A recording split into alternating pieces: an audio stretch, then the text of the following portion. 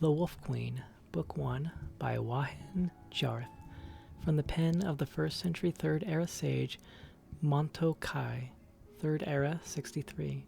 In the autumntide of the year, Prince Pelagius, son of Prince Uriel, who is son of the Empress Kentyra, who is niece of the great Emperor Tiber Septim, came to the high rock city-state of Camlorn to pay court to the daughter of King Volstead.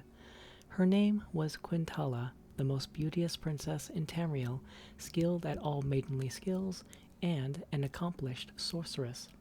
11 years a widower with a young son named Antiochus, Pelagius arrived at court to find that the city-state was being terrorized by a great demon werewolf.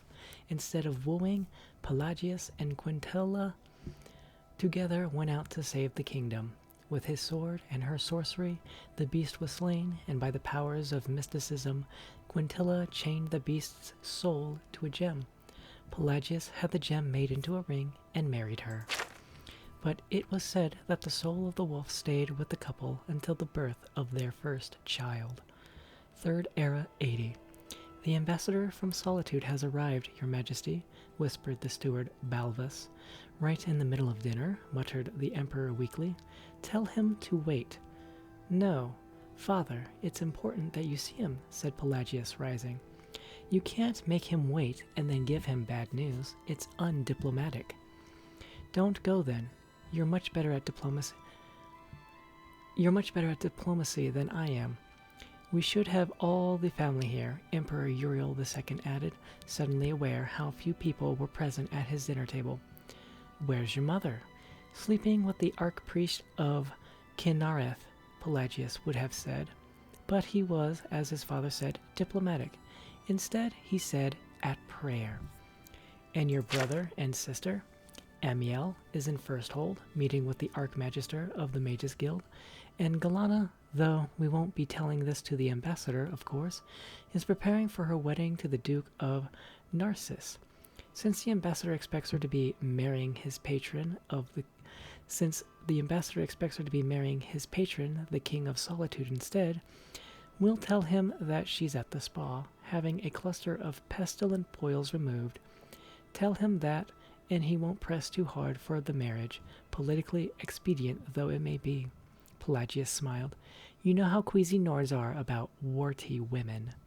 But dash it, I feel like I should have some family round so I don't look like some old fool despised by his nearest and dearest, growled the Emperor, correctly suspecting this to be the case. What about your wife? Where is she and the grandchildren? Quintilla's in the nursery with Sepphoris and Magnus. Antiochus is probably whoring around the city. I don't know where Potema is, probably at her studies. I thought you didn't like the children around. I do during meetings with ambassadors in damp staterooms, sighed the Emperor. They lend an air of, I don't know, innocence and civility. Show the blasted ambassador in, he said to Balvus. Potema was bored. It was the rainy season in the imperial province, wintertide, and the streets and the gardens of the city were all flooded. She did not remember a time when it was not raining. Had it been only days, or had it been weeks or months since the sun shone?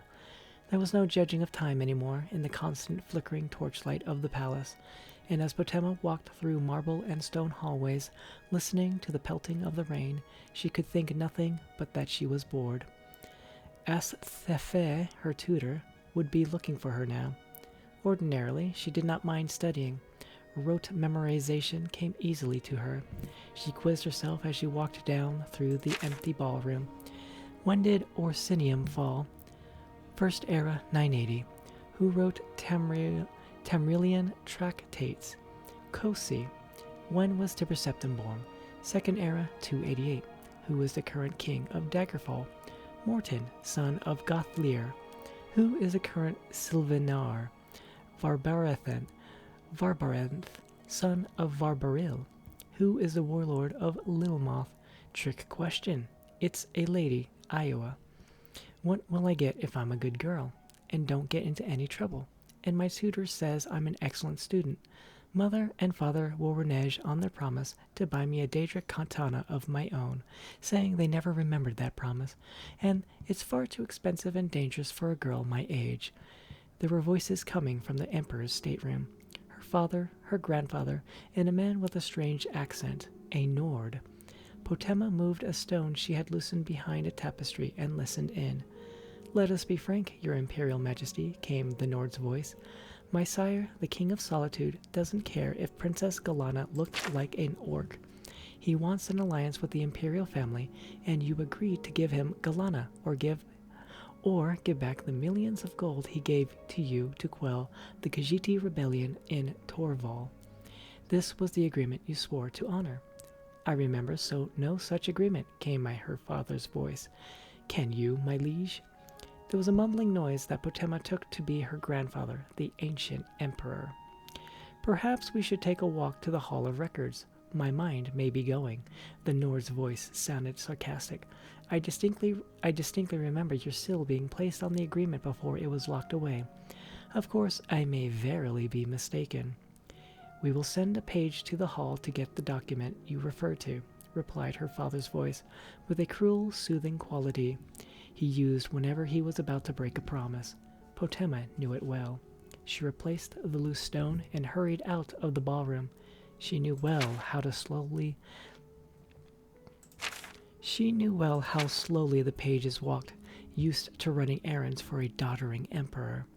She could make it to the Hall of Records in no time at all. The massive ebony door was locked, of course, but she knew what to do.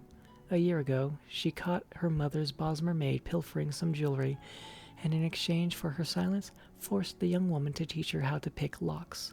Potema pulled 2 pins off her red diamond brooch and slid the first into the first lock, holding her hand steady and memorizing the pattern of tumblers and grooves within the mechanism. Each lock had a geography of its own. The lock to the kitchen larder, 6 free tumblers, a frozen 7th, and a counterbolt. She had broken into that just for fun, but if she had been a poisoner, the whole imperial household would be dead by now, she thought, smiling. The lock to her brother's Antioch's secret stash of Khajiit pornography, just 2 free tumblers, and a pathetic poison quill trap easily dismantled with pressure on the counterweight. That had been a profitable score.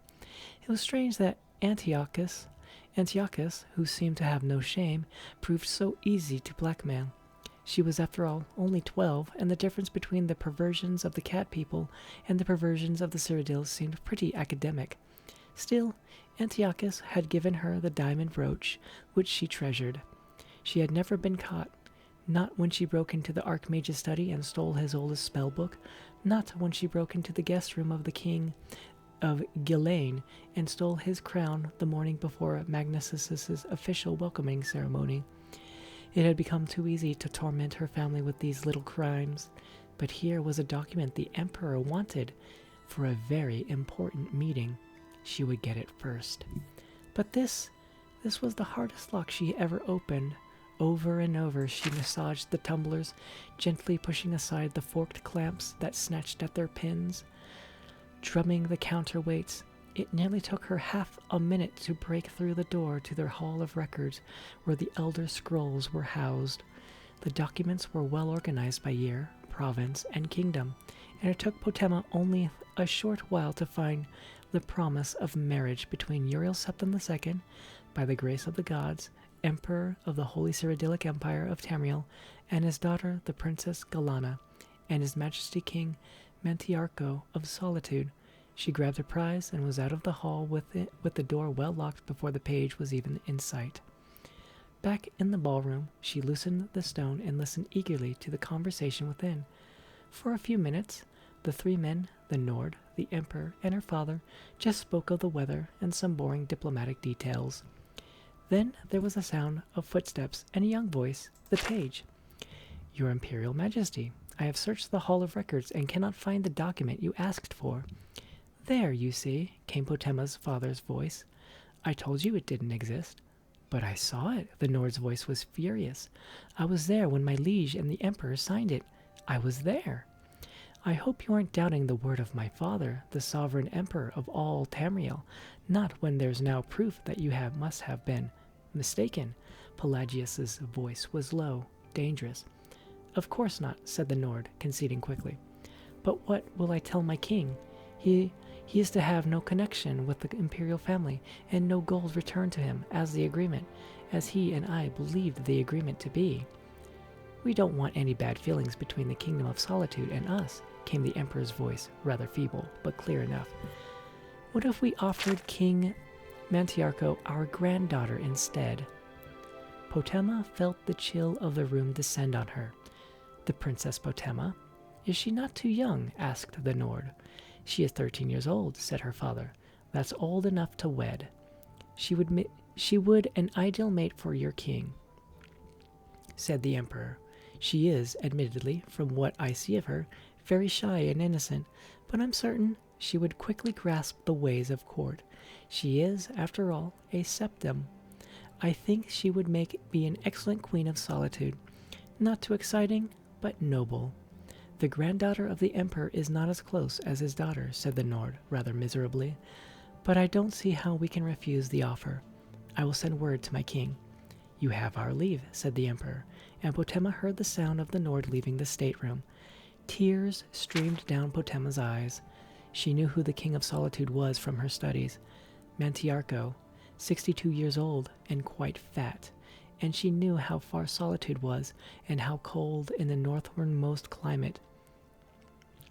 Her father and grandfather were abandoning her to the barbaric Nords. The voices in the room continued talking. Well acted, my boy. Now, make sure you burn that document, said her father. My prince, asked the page's querulous voice. The agreement between the Emperor and the King of Solitude, you fool. We don't want its existence known.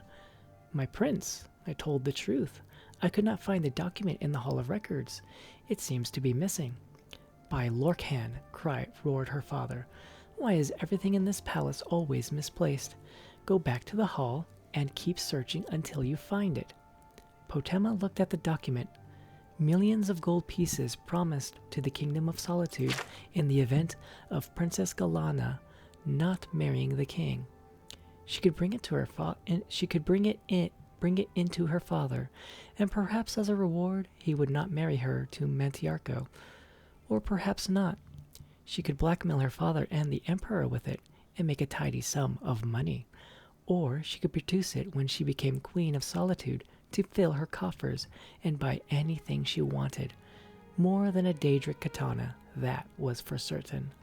So many possibilities, Potema thought, and she found herself not bored anymore.